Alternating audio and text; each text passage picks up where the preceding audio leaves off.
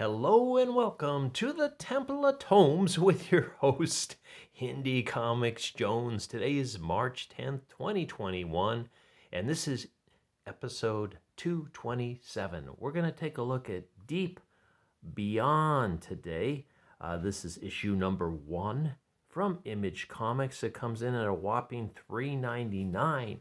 Now, looking at the cover here, we have what I believe to be is Jolene, and she's got this octopus arm around her neck. Now, I don't know if this is an octopus or not. There are mutations and things like that within this comic.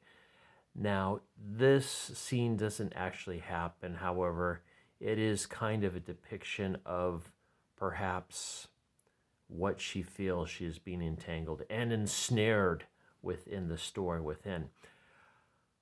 First off, this is a recommend, but let me go into it a little bit more on why I am recommending it, even though it is very complex. It's very, at times, confusing, but I feel it's a good story, and the art's good, and the colorist did a nice job. Let's take a quick look at this. We've got, I don't know if it's really going to say who did what, but we've got created by Mirka Andolfo, David Goy, Andrea Brocardo,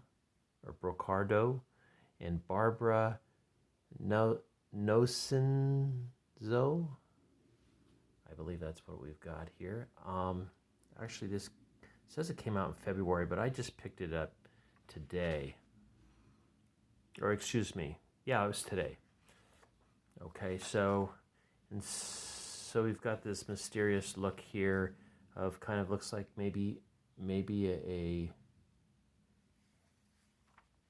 underwater guy surrounded by tentacles, and maybe the thing's broken out. I can't really tell. This hasn't yet occurred in the story at all. So we start off, we're deep in the North Atlantic Ocean near Washington, D.C.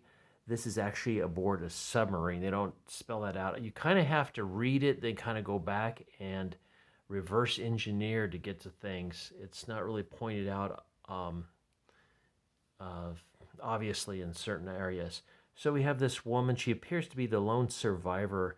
She's got some kind of growth on her, and she's signaling for help, Mayday, and she's not getting a response. Then we go right to the main page here. We get the little thing here. So Andolfo was the writer on this. The letter was David Goy. The artist is Andrea Brocardo, and the colorist was Barbara Nocenzo. I think that's Nocenzo. And suddenly there's a crack in one of the windows or the panes there. Something outside's obviously trying to get in on her.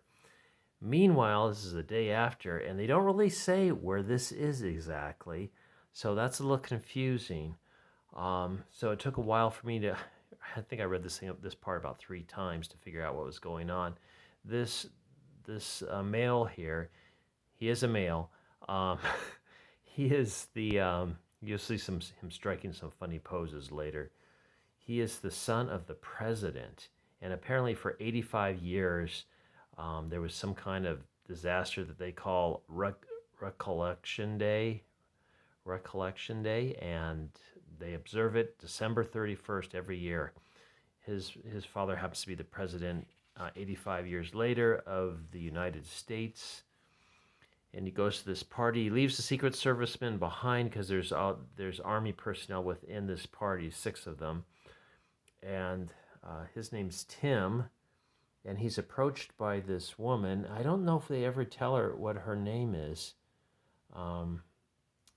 but he knows her. She's kind of a socialite, and she's throwing this party. It's December 31st. It's Recollection Day, and she's got her friends and all there. But she's actually some kind of activist terrorist type, and she's filming the event. She gives a little speech, and suddenly, during her speech, the guards get jumped by her associates, and this guy here opens up the ceiling, which lets in all these dangerous fumes. You can see the guards getting attacked. One of the guards is able to shoot her. It looks like in the shoulder only. It doesn't go through. While the president's son falls down. I just want to show you some of the poses he makes in this because it's just like some weird poses. There you go. There's another one. Just like, I don't know. Anyway, she gets shot. The ceiling's been cracked open. The gases are coming in. And this is just outside. They all have to always stay inside or wear face masks. And later on, everybody that was at this party or have passed away. When we meet Bailey, who is a scientist, and they all tease him for being kind of, I guess, like scared of everything, and I'm not quite sure why. I guess maybe has a reputation that precedes him. But we can see here is the president's son there. He's got this googly, bubbly stuff all over him. Kind of gross. And he finds out that there's been another breach somewhere. In the meantime, we get this speech of this society. They're away from the coastline. They're thriving. They've got like 10,000 head of cattle. They're raising the infected kids for each generation or have less blood toxicity.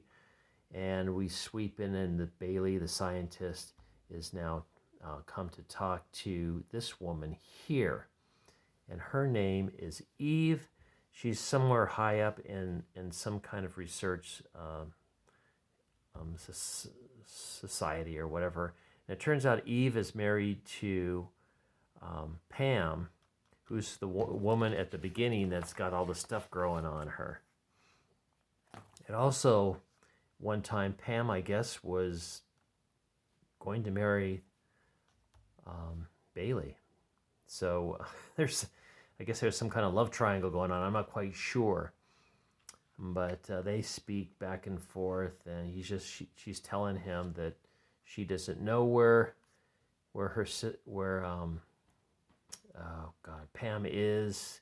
They don't have the resources to go out and save the submarine, and she gets kind of mad and drops the picture. So he kind of leaves. She kind of makes light of him being kind of a fraidy cat and all, and he leaves.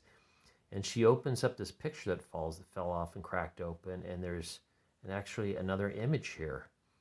And it turns out this is Jolene, who's the twin sister of her wife, of Eve's wife, Pam, who is stuck underneath the water. So she rips that off because she wants to use that information for something in the future. We don't know what. Now do we go to another section. These people have to wear face masks, even though it looks like they're in a dome. And Bailey is working out of here. So I don't know if this portion is part of that other city where the president's son got assassinated or something else.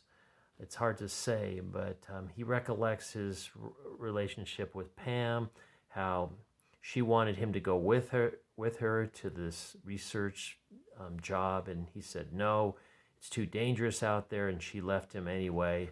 And in the meantime, we've got these people sneaking into this base, and they come up on Bailey and put a gun to his head. When I first looked at this, I thought they were actually shot him through the head, but no, it's just a weird way they drew it. I'm not sure what they were trying to achieve there, if that's supposed to be his sweat or something.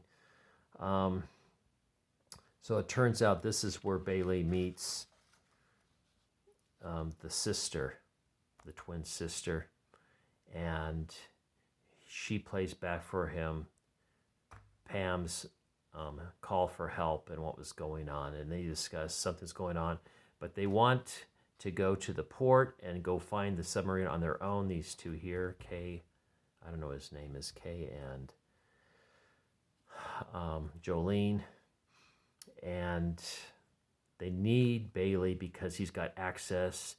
He can get through all the special doors and whatnot and get access to a vehicle at the port. So they put suits, they go outside, they've got their rover, and right then, suddenly something attacks, and it gets Kay, and you can see him getting ripped up here, and this is where it ends. And then we have this here. I think this might have been an alternate, a variant cover for this. I'm not sure, but it's a nice picture of Pam with her lesions or whatever those things are on her in the sinking sub. So I will stay on this. It is a recommended. It is a little bit involved, but I think the story is interesting enough and complex enough, and it's worth the payoff going back and trying to figure things out. I do wish they would kind of outline what the areas they're in are a little bit more clearly, so we can kind of get a geographical fix of where they are exactly. But art is good. I enjoyed the art. I enjoyed the story. The writing was tight. Yeah. Real quick, we'll take a look at, here's another one of Mirka Andolfo's projects called Mercy. This is a trade paperback. Then we have Commanders in Crisis. This is a not recommend by Steve Orlando.